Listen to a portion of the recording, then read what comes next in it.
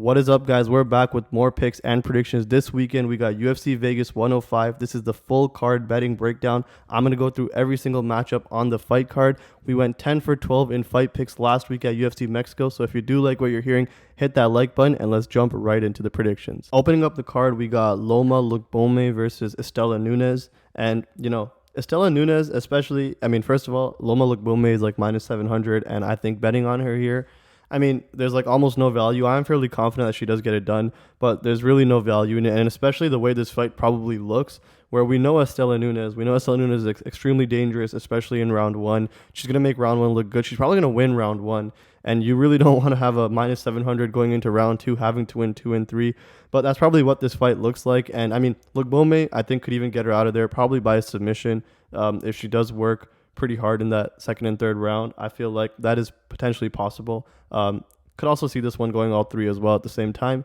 So yeah, you just don't really want to be on a minus 700 going into round 2 and 3, needing a finish or both rounds to kind of get it done. But Istela Nunes has shown, after round one, she does fall apart in fights. That gas tank is definitely not there on her side. Maybe it's improved. She has been out for a bit since her last fight. She's coming off a layoff. Her last fight was against Victoria Dudikova in 2023, where she had a dislocated elbow. So couple ways you could look at that layoff. You could see, layoffs have actually been losing recently. You kind of do want to stay away from people coming off a long layoff. They do have that ring rust to them. But you can also look at it as maybe she's made improvements. We know she's dangerous in round one. I think you stay away from this fight, but Loma Lookboonmee is going to be my pick. I feel like after that first round, she's going to piece her up on the feet.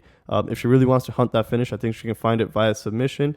But I can also see her just kind of, putting in work on the feet, being much quicker, having much higher volume in those second and third rounds. And Istela Nunes, the danger from her just kind of fades after that first round. So that's potentially what, based off the tape, based off what we've seen so far between these two girls, I think that's kind of how you can predict this fight goes down. Loma's going to be the pick. I'm probably not going to play that at minus 700 though. And yeah, let's move on to the next fight. The next matchup on the card is Vanessa Demopoulos versus Talita Alencar. And I have a pretty big bias against Vanessa Demopoulos because, she won a fight by decision against Kanako Murata. She definitely didn't win that fight. She gave some of the judges head for sure. She won a fight against Emily Ducat, which I also definitely think she lost. She gave judges head in that one as well. And then she got some karma losing to Jacqueline Amorim by submission in the first round, where Amorim cheated, grabbed her glove and stuff. But it's cool. Demopoulos deserved that one. She got subbed up in the first round, and that's the way that played out.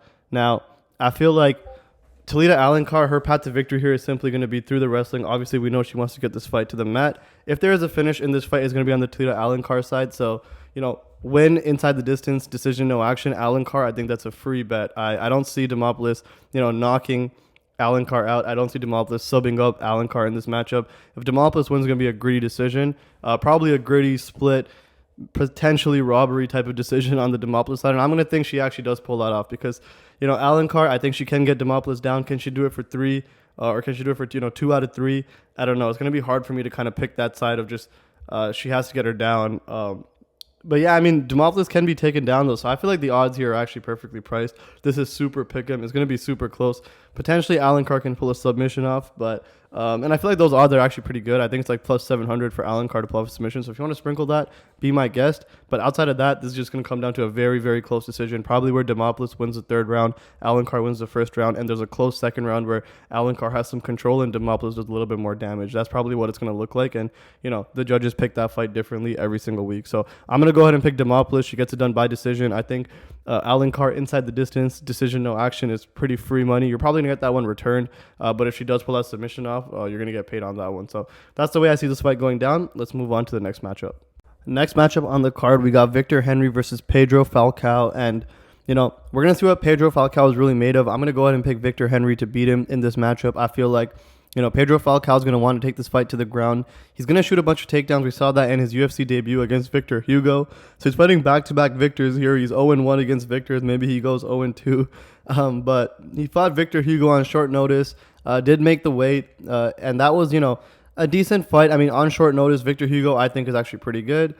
And, on short notice, he put some work in on Victor Hugo. I think one judge had a 30-27, but it was a 29-28 fight. He did pick up, I think, either the first or second round. I think one judge gave him round 1 and one judge gave him round 2 in that fight, something like that. But 29-28, lost against Victor Hugo. Did put in work, was there for all three. I feel like the over is the best bet in this fight, to be honest. But, Victor Henry, man, I think that, he can stop the takedown here, and then on the feet, it's really hard to out volume someone like Victor Henry. He's going to be throwing. He's going to be throwing with whatever he's got. So that is one thing. And I feel like, man, Pedro Falcao, I think he's tough. I think he's gritty. I think he has, he has the things you want in like a good underdog, potentially. But I just feel like, the skill level is not there with someone like Pedro Falcao. Maybe if this fight does go to the ground, it's possible. But I just think that Henry's going to be able to keep it standing. Maybe Falcao wins with some, cage side control. And yeah, get some like time stacked up and gets us, around on the scorecard, something like that. But I just think that Victor Henry, man, he's going to keep it standing. He's going to punch up Pedro Falcao, and he's probably going to get this one done by decision. Falcao's tough. I like the over. I like Victor. I like Victor by decision. I haven't played this fight yet, but potentially something here. And yeah, let's move on to the next fight. Next fight on the card, we got Rhys McKee versus Daniel Frunza. And, I thought this card was a little bit shaky to break down, but the more I break it down, the more confident I am in these picks this week. Actually, I feel like Rhys McKee, man, I think he has a really good chance of getting Daniel Frunza out of there this weekend. Rhys McKee is the underdog in this fight, but dude, I really like it. He's 13-6. You're going to see a shitty record. Daniel Frunza's 9-2. 5-0 in his last 5. Coming off a knockout in the Contender Series, you're like, all right, bro, like this Daniel Frunza guy, let me lock this guy in. Let me get this hot prospect in my bet slip. But let's slow it down. Rhys McKee, 0-4 in the UFC on a 2-fight skid. Lost to Ange Lusa, lost to Chidi Njokuani. Lost to Alex Morono before that. That's a bad loss. That's the one I don't really like. And then prior to that, lost to Chimaev, which we're not even going to talk about because, it is Khamzat Chimaev. But basically, Rhys McKee, man, he goes to the regional scene. He goes to Cage Warriors. Boom, 3 finishes in a row. He is potentially UFC level. He's 0-4 in the UFC, but he's only 29 years old. He's trying to evolve. He's fought really good competition. He's definitely, he definitely has the edge when it comes to, strength of schedule in this matchup. So that's one thing. The other thing is, we know Frunza, he's just going to be an exciting fighter for the UFC. He's going to go in there, kill or be killed. And if he comes out here and wins, it's going to look like I'm totally insane because he's going to come out here and knock Rhys McKee out early in the fight. That's what's going to happen if you're on the Frunza side. He's going to come out here and go straight for the kill right off the rip. Now, on the McKee side, McKee has more paths to victory. McKee has a good chin. We've seen that. He ate big shots from Ange Lusa. He didn't go down in that fight. So we know McKee can survive. On top of that, we've seen Frunza get taken down in his Contender Series fight. We've seen McKee try to, mix in some wrestling, mix in some takedowns against Chidi and Njokuani. So I think like everything kind of points to Rhys McKee here. If Frunza goes out there and doesn't sleep him right off the rip, then Rhys McKee can piece him up. He can take him down if he gets hurt. He can take him down either way to win some time on the scorecards and stuff like that. So I just feel like Rhys McKee, he can win this fight by knockout too if Frunza, just blows his load, which is very, very possible. Rhys McKee himself is a finisher. He does get people out of there, especially with the hands. So, Rhys McKee can piece up Frunza and get him out of there. I think maybe a submission is possible. That's probably the least likely outcome. But, bro, McKee is live for all 3 types of ways to win. I think Frunza's only live to go in there and sleep him off the rip. And I think Rhys McKee, bro, I'd be all over that in that scenario. So that's my breakdown. I'd love to know what you guys think in the comments because I feel very confident in this fight. I feel very strongly about this fight, I should say. So let me know what you guys think, but I'm all over Rhys McKee. I think that makes a ton of sense. And obviously, I could look crazy because Frunza could go out there and knock him out off the rip. But yeah, curious to know what you guys have in the comments. Let's move on to the next one. The next matchup is Dione Barbosa versus Diana Belbita. And I'm a little bit upset about this one. I was looking at Dione Barbosa's line thinking there might be a play there at minus 375. I checked like 2 hours later, and I think she just ballooned to minus 550, and then now she's like minus 700. So missed the boat there a little bit on Dione Barbosa, but she's going to be the pick. This is very straightforward. I think that, Belbita can do well in like a striking fight that's like kind of a point fest, but unless the fight goes like that, Dione Barbosa, which, it's definitely not going to go like that, Barbosa's just going to be able to take her down and then start working in the grappling and, get her out of there. So I definitely see Barbosa going in there and finding a sub against Belbita. I mean, she got subbed by Molly McCann, which is pretty insane. And now, Barbosa is coming off a loss. She's come in here, looked, do really well. Barbosa, I think she got an armbar in her Contender Series fight as well. She definitely has submissions, and I think that, she can definitely take Belbita down and, start working her magic. So I think Barbosa's going to go in there, use the grappling, get the submission done. I don't think Belbita's going to have anything for her. And, even in the striking, I think that, Belbita might be slightly better. She's really got no power behind it to kind of throw Barbosa off. So Barbosa's not going to respect the power. She's going to go in there. She's going to get Belbita to the ground, and she's probably going to work in a submission. That's what I see happening. Maybe there's some BS that makes us go to a decision, but I realistically think that Barbosa should be able to get her out of there fairly quickly. And yeah, let's move on to the next fight. Next fight up, we got Davey Grant versus Daniel Santos. And In this matchup, you're going to see Daniel Santos. He's a shoot box Dago Lima fighter, and he definitely looks like one. Bleached hair. He's going to come out and fight like one. Tons of forward pressure. Going to be wild on the feet. Going to kind of just go all out, looking to get Davey Grant out of there. And I just feel like Davey Grant, man, he's durable. I really, really like his volume on the feet. I think that, Daniel Santos' defense is what's going to lose him this fight. I think that Davey Grant's going to find a ton of openings, land the bigger shots on the feet. I think he's tough. I don't think he'll go down. I think Daniel Santos could get dropped definitely much before Davey Grant will. And I think that if this fight does go to the ground, they're both going to be pretty wild. And I think that someone, either of them could potentially pull off a submission on the other. But yeah, man, I think both these guys are durable standing up. I think on the feet, Santos is just going to be a bit more wild. And I think Grant's going to be, a bit more calm, a bit more composed, and he can still crack with, just a bunch of like straighter shots. So I'm going to pick Davey Grant to win this one. I know he's the underdog, but I really liked his fight, against Lerone Murphy. He had insane volume in that fight, really pumped out the strikes and just kind of beat up on Lerone Murphy. And, he is 39 years old, but I think that experience is going to pay off, especially against the Daniel Santos. That's probably going to come out here and just kind of be wild on him. Santos also coming off a bit of a layoff, so, we're not really liking the layoffs as of late. We're going to fade the layoff here. Santos hasn't fought since a year and 9 months, so we're going to go with Davey Grant. We're going to go with the underdog. I think he can keep it cleaner on the feet, land bigger, look better, especially optics-wise. If this fight does go to the ground, though, I think that, it could get interesting. I think there's going to be a ton of wild scrambles. Both these guys are going to be fairly aggressive in the submission game. So that's going to be interesting. I call that fairly 50-50, to be completely honest. And, yeah, standing up, I like Davey Grant, so I'm going to roll with him. Underdog pick here as well. And, yeah, let's move on to the next fight. Up next on the card, we got Osbourne versus Luis Gurule. And Luis Gurule is 10-0, making his UFC debut. He's the favorite in this matchup, and I'm going to pick Luis Gurule to win. I feel like with Osbourne, he's on a 3-fight skid, which in my opinion does kind of make things a bit complicated because, he is kind of fighting for his UFC career right here. He's coming off a loss to Ronaldo Rodriguez, which, in hindsight is not aging that well. Rodriguez just got, kind of pieced up by Kevin Borjas last week. We saw that. And then Luis Gurule, man, 10-0.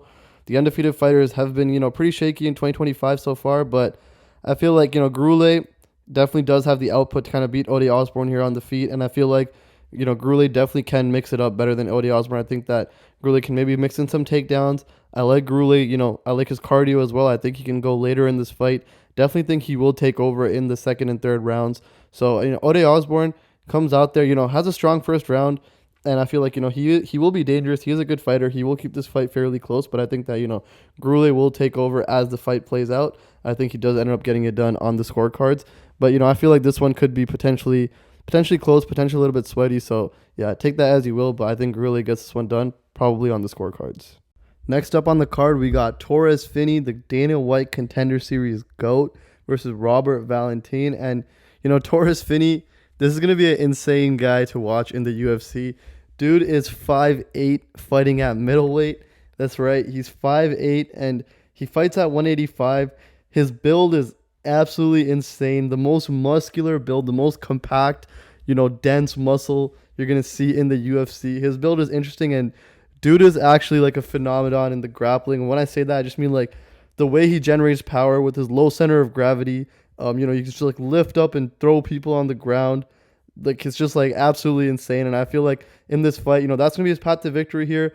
He's going to come in here and he's going to get Valentin, get to a double leg, pick him up, put him on his back, and just a ton of downward pressure on Robert Valentin the entire fight. He's going to pick up rounds 1 and 2 for sure. I feel like I'm pretty confident he does. And then, maybe in the third round, maybe like late, he can get a ground and pound finish, just get Valentin out of there.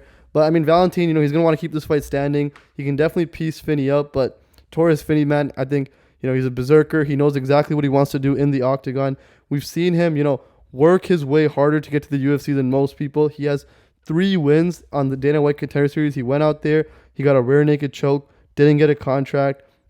Went out there, got a unanimous decision victory, didn't get a contract. Then went out there for a third time, won again with a first round finish in 2024, and finally got a UFC contract. So now he's making his debut. He's worked really hard to get here. Like I said, insane build for middleweight. He's definitely gonna get checked by a pretty good middleweight when he does fight, but against Robert Valentin, I mean, I think that he gets him to the ground. He definitely racks up a ton of control time here. super powerful build, and once the fight does get to the ground, I think that he's extremely strong and has great cardio as well. So I see him kind of going out there and putting in work over 3 rounds. I think he definitely gets this one done. Maybe a late finish, maybe by decision, but yeah, that's about it. Let's move on to the next fight. All right, next fight on the card, we got Brad Tavares versus GM3. And a GM3 fight is always interesting to break down because who the hell knows what's going to happen in a GM3 fight. He can always pull off that submission. And I do like GM3. I do bet him here and there. When I do bet him, he generally tends to pull it off. But I feel like in this fight, Brad Tavares, man, you kind of know what you got to watch out for when it comes to GM3. You want to double your pay up in this fight. You want to get that win bonus. And if you want that win bonus, I think it's simple. Force GM3 into a boxing match here. Be careful with the kicks so you don't get taken down if he catches a kick or something. You have the takedown defense to make sure that GM3 doesn't get you down on the mat. And in boxing range, you can definitely piece GM3 up. So I feel like Brad Tavares cruises to a decision here. Potentially, I mean, we have seen GM3 get wobbled, but it's kind of worrying if you wobble GM3, you go into his guard, and that's kind of where he pulls the submission off. So that is something to worry about. But I feel like Brad Tavares can definitely piece up GM3 to a decision. I feel like that's what's going to go down. GM3 always live to make something happen. You know that when it comes to a GM3 fight, it's always interesting to watch. So if you are on the GM3 side, you are betting that GM3 by sub as a flyer. More power to you. I can't hate on that because he does pull it off every once in a while. But outside of that, man, I feel like Brad Tavares has to be the pick. I think he can cruise, but it's hard for me to bet this spot just because there's so many anomalies here. Brad Tavares also just hasn't looked good recently. 1-4 in his last 5. His one win being against Chris Weidman, which is also like fairly interesting. So yeah, I mean, I'm going to go with Brad Tavares. Like I said, GM3 can make something happen, though. So if you're on that side, more power to you. And let's move on to the next fight. Up next on the card, we got Kennedy Nzechukwu versus Martin Buday. And I'm going to have to fade Martin Buday in this fight. I feel like, Kennedy Nzechukwu, he's got the Letterman skill. He's moved up from light heavyweight to heavyweight. He actually has skills at heavyweight. And someone like Martin Buday, man, Martin Buday gets, knocked out by Shamil Gaziev. And Shamil Gaziev's a GOAT, so we're not going to hold that against him. But in general, dude, Kennedy Nzechukwu, he's got the reach advantage. He's going to be quicker. I think he has more skill on the feet. I think that Martin Buday's path to victory is just going to be to hold Nzechukwu up against the fence. And as long as Kennedy does not allow that, which I don't think he should, he's going to get this one done. I feel like he should. He has every reason to get this one done. I mean, I feel like that there's still some like sour taste with that Kennedy Nzechukwu versus OSP fight where he lost that to OSP and just refused to do anything. And I feel like that matchup is still just kind of looming large when you break down a Kennedy fight. But outside of that matchup, bro, I feel like, Kennedy Nzechukwu literally has a win over Carlos Ulberg. Granted, Ulberg was destroying him. But, he did do well. He did come back, knock Ulberg out in that fight. So he has everything. Like, he has all the tools to beat Martin Buday this weekend. And I don't see why he shouldn't beat him. I think the line makes sense. It's just kind of hard because it's Kennedy Nzechukwu, and we've seen him, just kind of throw in the past. But as long as he doesn't throw this fight, it's his to lose. I think he does get it done. And yeah, let's move on to the next matchup. All right, this next fight is super interesting to break down. We got Cortavius Romeois versus Chang Ho Lee, and I'm going to go ahead and pick Romeois to win. And I got burned picking Romeois in his UFC debut against Gaston Bolaños, but I just feel like, in that fight, I thought Romeois was going to be way more well-rounded. I thought he was going to be able to get the takedowns against Bolaños and use that control time to, rack up a decision. But what ended up happening was he went all in on the wrestling, did struggle. Bolaños hurt him on the feet. And just in general, I think he did gas out a little bit as well in that fight because of the way he went all in on the wrestling. Now, I feel like in this fight, Romeois has a little bit of a better shot against Chang Ho Lee because, Chang Ho Lee, his takedown defense isn't the best. I also think that Chang Ho Lee in the stand-up is not Gaston Bolaños. So in the stand-up, Romeois can, settle in a bit more. He doesn't have to, fully, blow his load on the takedown attempts, similar to, a Cody Durden versus Joshua Van type of fight where you just see, the all-out wrestling because you're just, you don't want to strike with this opponent and you're just kind of going all out. And if you don't have that Marab level cardio, you do get burned. So that's what we saw in Romeois' UFC debut. Now he's, I'm picking him as an underdog here. I think that, he does still pose a decent, athletic advantage in this fight. I think he can be, a little bit quicker. I think he does have, some better fast twitch muscles in there. And I feel like he can definitely get this one done in a very close decision. This is going to be a really interesting one, though. I feel like it can be sweaty.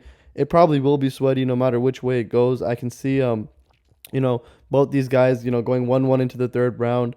I can see, one round or even all 3 rounds just being extremely close, extremely up to debate. So I think going into the decision, you're going to be sweating it. Potentially, if there is a finish in this fight, I think that will be by submission. I think both these guys are going to, test the grappling waters quite a bit, and I think that there's a potential for submission on either side as well. So I feel like maybe a submission. I don't really see Romeo's getting knocked out by Chang Ho Lee, and yeah, outside of that, I think it probably goes to a really close decision, a really sweaty one, and probably one that is potentially controversial. But I'm going to pick Romeo to get it done. Let's move on to the next fight. We got the co-main event next. We got Joanderson Brito versus Pat Sabatini, and I like both these fighters, man. Pat Sabatini, I bet on him as an underdog in his last fight against Jonathan Pierce, and he did get that one done at plus money. And then Joanderson Brito coming off a loss to William Gomes, but realistically, I think that was a pretty controversial decision. I think that in my opinion, Joanderson Brito won that fight. Maybe I am a little bit biased in that regard, but outside of that, I feel like in this fight, I'm gonna have to go with Joanderson Brito. Pat Sabatini's chin is slightly suspect, and I mean outside of that, Pat Sabatini does have great work on the ground. He definitely can do good work, especially in the submission department and in the control department. But Brito, good takedown defense, does have power, is a berserker as well. He's gonna go out there strong in round one, and I think that round was going to be extremely dangerous for Pat Sabatini. So I think Brito gets him out of there in the first round. I think Sabatini can be tricky though, so I don't love the price tag on Joanderson Brito because I do think that especially as this fight extends, if it does get extended, I think that Sabatini can really come into his own throughout this fight and become trickier as it goes on. So interesting matchup. Potentially Brito, being the bomb, being the landmine in the parlays. I can see that happening, but I'm going to pick him to win. I think that, that William Gomes loss, very controversial, and I think that, with Sabatini's chin, I think Brito can go out there and, take him out, especially early in the fight. So I'm going to go with Anderson Brito to win, but I wouldn't be surprised if this fight does get weird.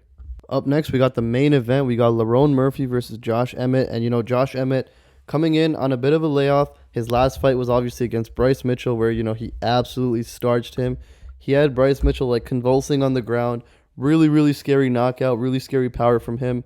That was really interesting to watch. And we have Lerone Murphy, man. He's coming off that very close decision win against Dan Ige. And, that fight I think was closer than it needed to be. Ige hurt him a little bit. Murphy had to kind of recover in that fight. And in the third round, Murphy losing a little bit of control time to Dan Ige in a close fight that's 1-1.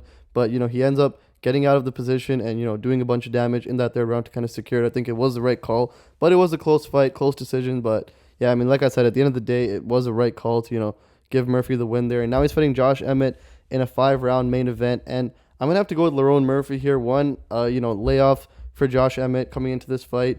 On top of that, too, I feel like, Murphy, really clean striker, very experienced striker as well, pretty high level when it comes to, mixed martial arts striking. And I feel like, someone like Bryce Mitchell's good, but we know Bryce Mitchell wants to get to the wrestling, would want to take someone like Josh Emmett down, and he probably could.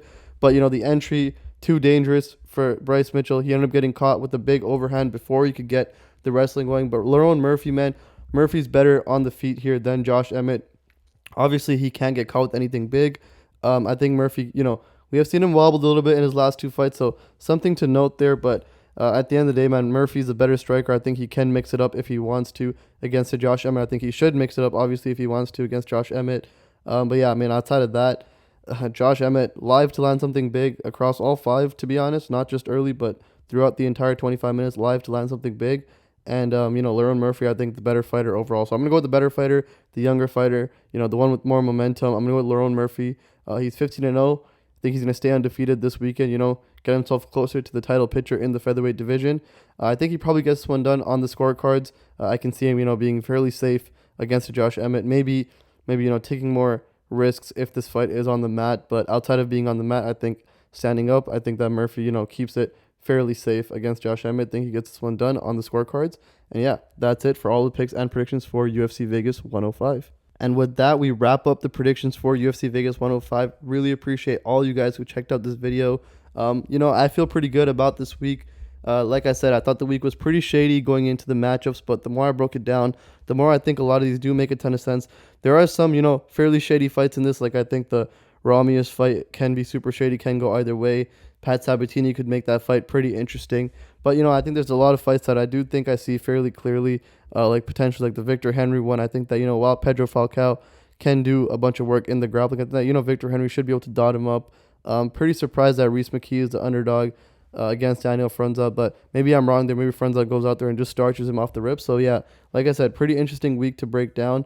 Appreciate all you guys for tuning in. Like, we went 10 for 12 in fight picks at UFC Mexico. So only fights we got wrong were the Ronaldo Rodriguez fight, and I took a flyer on Gabriel Miranda.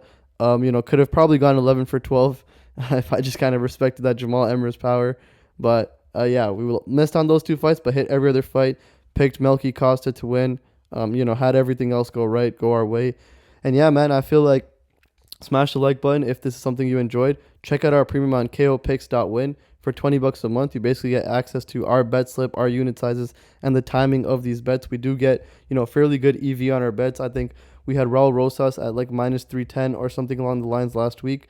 I think he did close around like minus 550. So you do get good timing on the bets. You will get good lines if you do sign up. It also does help support the channel, support our shorts videos. If you do check out our shorts, you know, our shorts are pretty fun to watch. So check those out if you can. And yeah, kopicks.win for $20 a month. Outside of that, appreciate everyone tuning in, and I will see you guys next week.